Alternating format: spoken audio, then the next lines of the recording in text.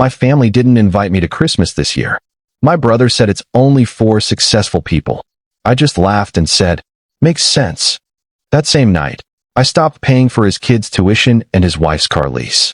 Now he's blowing up my phone, completely losing it. And 3 weeks before Christmas, I got a text in the family group chat that said, final head count for Christmas Eve dinner. Please confirm by Sunday. It was from my mom. I didn't think twice about it. I'd never missed a Christmas. I was always the one who showed up early to help prep the food. Brought extra wine just in case. Wrapped gifts for my parents from the grandkids because Chase always didn't have time. So, I replied, I'll be there. Let me know what to bring. Nothing. No little thumbs up emoji. No thanks. From mom. Not even a passive-aggressive comment from Chase's wife. Just silence. I figured it was just one of those group chat things. Someone would reply later. I forgot about it for a couple days until I called my mom on Thursday to confirm the time. He paused for a second too long. Then she said slowly, like she was choosing her words from a hat. Actually, this year might be a little different. I asked what that meant. She said, your brother thinks this Christmas should be for people who are on a certain path, like successful people. And we kind of agree. First, I laughed. I actually thought it was a joke. I asked if Chase was high, but she kept going. Said that I'd been distant lately, hard to reach, and that maybe this year I could just take some time to reflect. Reflect on what?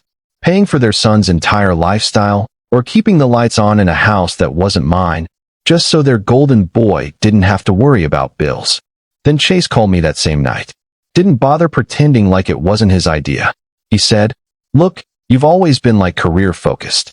That's fine, but this year we want the energy to feel more polished, you know, high level. We're doing the whole thing upscale catered campaign. No offense, but you show up in jeans and talk about your software job, and nobody even knows what you do. I was quiet for a few seconds. Then I laughed once, just one sharp, honest laugh. Told him, makes sense. Then hung up. I didn't cry. I didn't even get angry. I just opened my laptop and got to work. First, I logged into the tuition portal.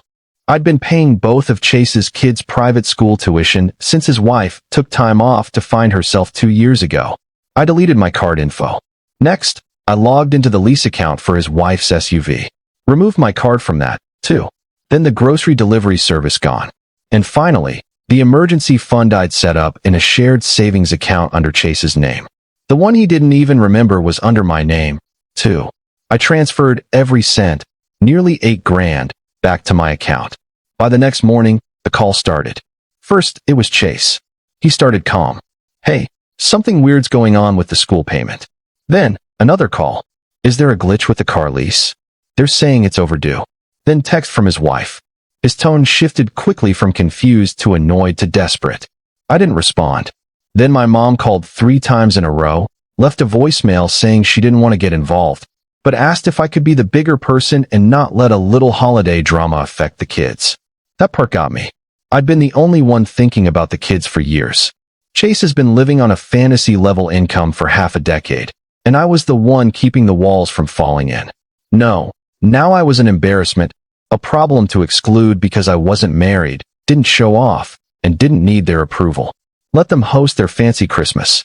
Let them drink champagne in their rental tuxedos while I watched the walls start to close in on the house of cards I'd been silently holding up for years. That was just the first week. They had no idea what was coming next. On Christmas Eve, I didn't cry. I didn't drink myself into a stupor or dramatically watch the snowfall alone like I was in some Hallmark movie. I lit a cinnamon candle, ordered sushi, and watched reruns of Shark Tank. When I opened Instagram later, I knew exactly what I'd find. There they were, all dressed up, pretending to be royalty. Long banquet table, silver-rimmed glasses, white roses down the center. The caption read, "Grateful to celebrate with the most accomplished people I know." Chase's wife was posing next to my mother like they were some kind of deputants. There was no photo of the kids, just perfectly plated catered dishes and a live band in the background. They really went all in. Chase must have borrowed money from somewhere to pull that off. Or maybe he just assumed the bills could wait. I watched the stories twice, not because it hurt, but because it was hilarious. These people were taking a victory lap on a track I'd paid to build. The best part, Chase's wife posted a reel. It was her panning across the room, fake laughing at something my dad said, and then turning the camera on herself with a glass of champagne. The option: surround yourself with people who reflect your level. Reflect your level. I screenshotted that one. I wondered how their level was going to handle January, because by then the tuition bills would hit, the car lease would default, the emergency fund would be empty, and the insurance on their precious little Lexus would lapse. I'd given them everything quietly without conditions, and now they wanted to toast to success while cutting out the person who had actually built the safety net they'd been walking on. Let them. I spent Christmas Day cleaning my apartment. Felt good. I deleted the rest of the photos from the night before, vacuumed, watered my plants, and finally opened the gift I'd bought myself weeks earlier. A vintage leather briefcase I'd been eyeing for months. No one to pretend to be grateful for it, just mine. 3 days later, I got the first call from the school. Not Chase, the school secretary. She said the January tuition hadn't gone through and asked if I had a new payment method. I told her I was no longer involved and gave her Chase's number. He sounded surprised. By December 29th, Chase finally called. He started late like nothing had happened. Hey, weird things. School's saying the card on file didn't work. Just wanted to check in on that. I didn't answer. 2 hours later, he texted, Monica, did something happen with the lease? The dealership says the payment bounced. Still no response. Then came the messages from his wife. They got increasingly unhinged. First passive-aggressive, then outright aggressive, finally pleading. I stayed quiet. I waited for New Year's Day. That's when Mom called. She opened with something like, we didn't mean to hurt your feelings. Then she pivoted to how things are getting a little tight for Chase, and how it's not the kid's fault. She said, maybe you could just help this one last time. I said, you're right. It's not the kid's fault, it's yours. Then I hung up. The next morning, I got an invitation. Not a normal invitation, an actual printed envelope hand-delivered for a family meeting at my parents' house on January 2nd, like they were hosting a corporate merger. I went, not because I owed them anything, but because I wanted to look them in the eyes while they squirmed. When I walked in, I didn't sit. Chase was on the couch looking like he hadn't shaved in a week. His wife wasn't there. My mom had that look she gets when she's about to lecture someone, but wants to sound gentle. My dad went straight into the hole where a family speech. They tried to flip it on me. Said I was being cold, punitive, spiteful. My mom said I'd always been the mature one and asked why I couldn't be that now. Then Chase said it. He said it quietly, but it cut through all their noise. He stood up and said, I messed up. I used her. We used her. And just like that, the room changed. When Chase said those words, the room dropped into a kind of stillness I hadn't felt around my family in years. I messed up. I used her. We used her. He wasn't looking at anyone but the floor. My mother opened her mouth like she was about to object, but then closed it again. My father shifted in his seat, visibly uncomfortable, like Chase had just aired something filthy in front of a guest. But I stayed silent. I wanted to see what he would do next without anyone rescuing him from the truth. He kept talking, saying he never meant for things to go this far. But that's what made it worse, that I made it easy, too easy. He admitted he'd convinced himself it was temporary, that I was doing fine anyway, that helping him and his family didn't really cost me anything. Then he said something I didn't expect. Every time you gave, it made me feel smaller. Instead of being grateful, I got resentful because you were doing everything I was supposed to be doing for my own family. And you didn't even have to.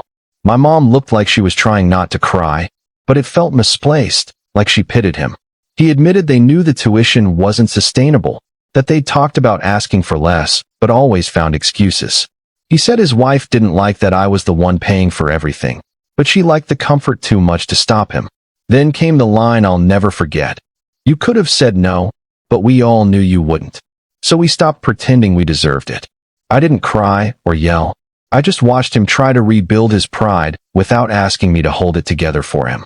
My mom tried to shift the topic, saying family steps up in emergencies. I asked where that energy was when they threw a Christmas Eve party without even inviting me. No answer. I told them I wasn't there to talk about tuition or cars or groceries. I was there to listen, and I had. Then I said, the support is done. All of it. No more transfers. Not this month, not ever. My dad muttered that I was ungrateful. I looked at him and said I wasn't the one who should be feeling gratitude in that room. Before I left, Chase stood up and said quietly, I'll fix it on my own. I owe you that. That was the only thing I believed. I left their house that night not angry, not triumphant, just finished, like I'd closed a door that should have never been opened. 3 days later, Chase texted, "Picked up a second job. Warehouse night shifts. Gonna be tight, but we'll figure it out. Don't worry about us anymore." I didn't reply, not out of coldness, but because for the first time, I didn't need to. By mid-January, the silence felt different, alive, not empty. I started noticing changes. His kids' names gone from their school newsletter, whispers that he was working at a distribution center. Then a yellow padded envelope showed up on my doorstep. No return address, just my name. Inside were receipts, tuition statements, Venmo screenshots, grocery bills, years of them, with a note on top. "I don't know how I let it get this far, but I'm going to pay you back, even if it takes 5 years. No signature. He wasn't just trying to fix things. He was facing every piece of proof that he'd failed. 2 days later, Mom came by uninvited with her nervous batch of soft cookies. She said Chase hadn't asked her to come. She just wanted to. She said that when I stopped paying, it was like the whole family woke up. They'd built a version of me. Monica the reliable, Monica the walking wallet. And when she disappeared, they didn't know how to deal with the real me. Then she told me Chase's wife had left, taking the kids to her sister's place until he figured out how to live without my money. For the first time, Chase was truly alone. No backup, no excuses, and he was still standing. That night, I called a friend who runs a program for single dads, asked about openings, didn't mention his name. I wasn't stepping back in, just watching. Because this wasn't about revenge anymore. Redemption was starting to look more meaningful. By late January, the quiet felt peaceful. No guilt trips, no passive-aggressive posts, just silence. Then the first repayment came, a $200 money order, a note that said, 1 week at a time. It wasn't much, but it meant everything. More envelopes followed, more notes, shorter each time. He was really doing it. People said they saw him biking to work before sunrise, tired but steady. Then one night, I saw him at a grocery outlet, frozen meals, diapers, worn clothes, but his eyes were clear. We just nodded. No words needed. Later that week, Dad called. No small talk, no excuses. He just said, "We were wrong.